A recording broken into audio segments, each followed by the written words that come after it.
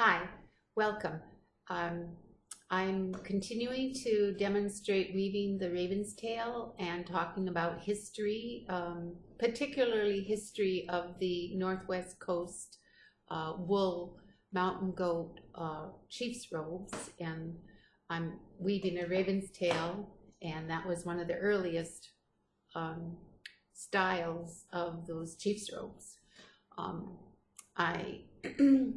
I'm hoping that we'll get in so you can see what I'm doing better.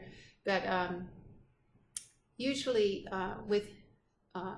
we introduce ourselves by who our grandparents are. And I like, right now I've noticed that in the background you can see my Nani Selena. And she was a weaver, and she has been a bridge from the old cultural ways and traditions, and she's brought in the art of weaving to us in this day and age. She continued to weave even though it wasn't lucrative, or she always wove though to bring money into her family. So she valued the fact that you could help your family through your art. And so she continued weaving. She never stopped. There was never a break in our family. We've always had weavers from the very first weaving Haida, a woman. And above her is a photograph of my grandfather. He's my real grandfather, my grandmother's first husband, the father of my mother, and 11 of her brothers and sisters. And so their marriage was an arranged marriage. They both came from chief's family. He was a chief from actually the west coast near Hippa Island, and then the people, when all of the villages were being abandoned and illnesses and different stresses caused people to move from their traditional villages. He came over here to, his people came over here to the Massett area.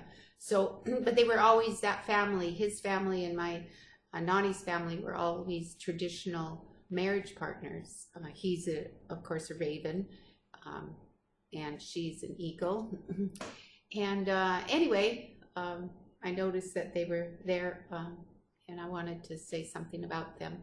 Alfred Adams, my grandfather, I never did meet, but my mother tells me stories about he was very much a disciplinarian and a stern person, but a very loving and kind person. And so she has very fond memories of him. And when I first went off to university, she gave me a little photograph of that same image. That photograph is an original photograph of Edward Curtis. You'll see my grandfather's portrait in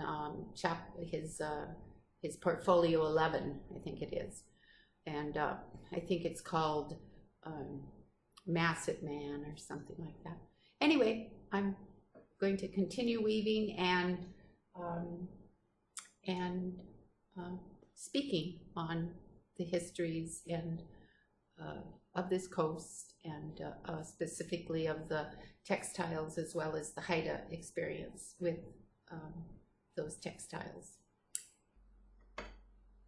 So Duncan came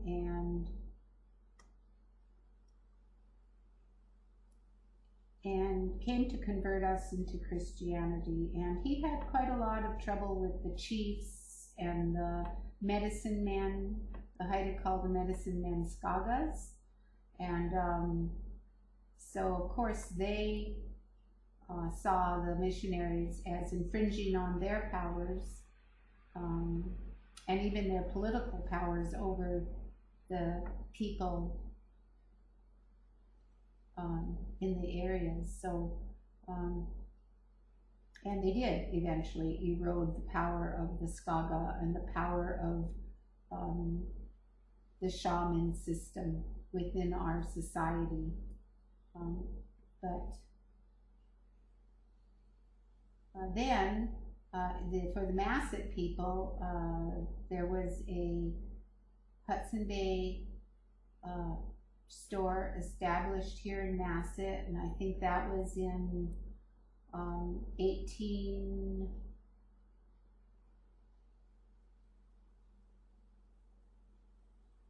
in the 1860s. I think it was in the 1860s. I'd have to check on that. But then the missionary came, and the missionary came in 1876.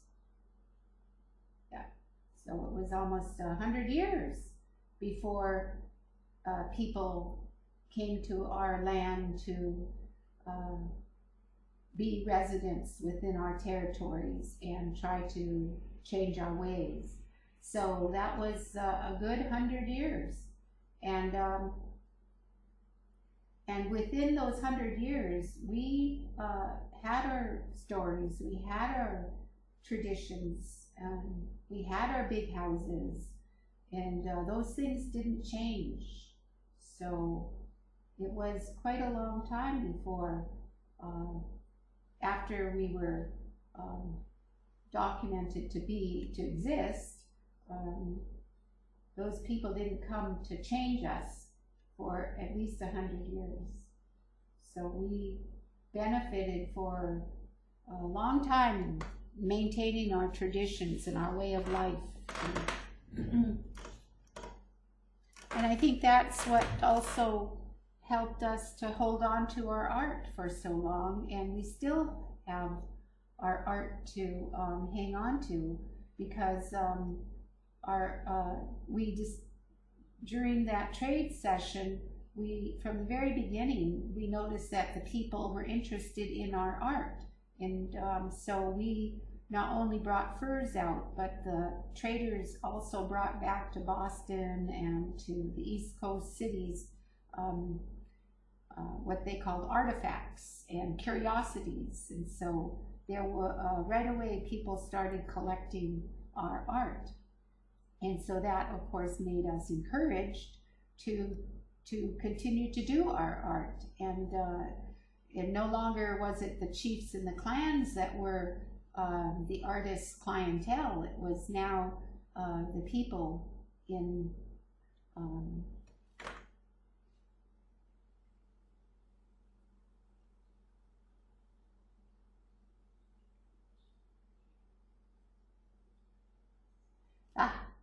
I found a mistake. I have to go back.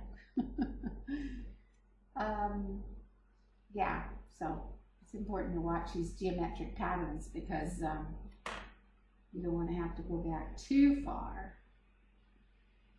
Lots of times when I'm at the very end of a row, I won't slip knot it, because slip knots are really difficult to get out. So instead of slip knotting it, I'll give it kind of like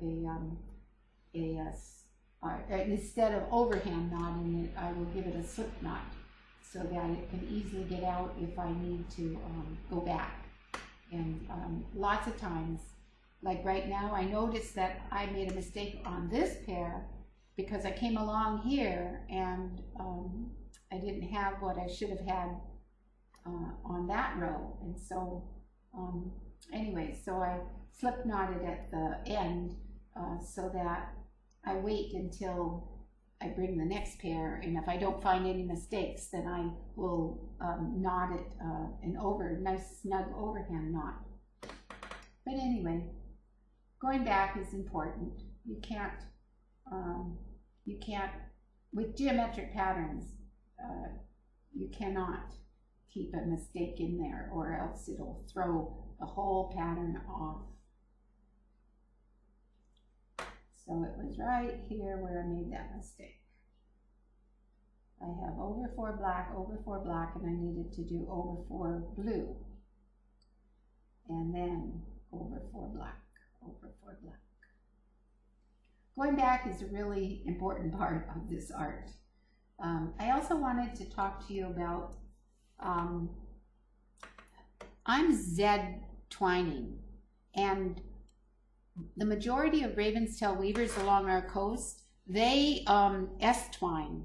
So, and when I learned, I wrote this grant through the Washington State Arts Council to be an apprentice to Cheryl Samuel.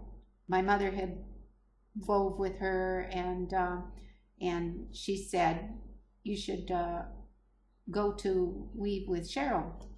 So I wrote this grant so that Cheryl could get some money while she was teaching me and helping me weave. And so I learned from Cheryl. And when Cheryl, by the time Cheryl was teaching this, she had figured out that there was a problem with weaving with the commercial weft. The commercial weft, anytime you go into a yarn store, you're going to find yarn that is S-twisted. If you hold up the yarn and the two plies twist in an S manner, then you'll see that the backbone of an S, that's the direction of your yarn. So traditionally we would use Z-twisted yarn. That was our ancestors twisted the weft into an S or a Z-twisted yarn.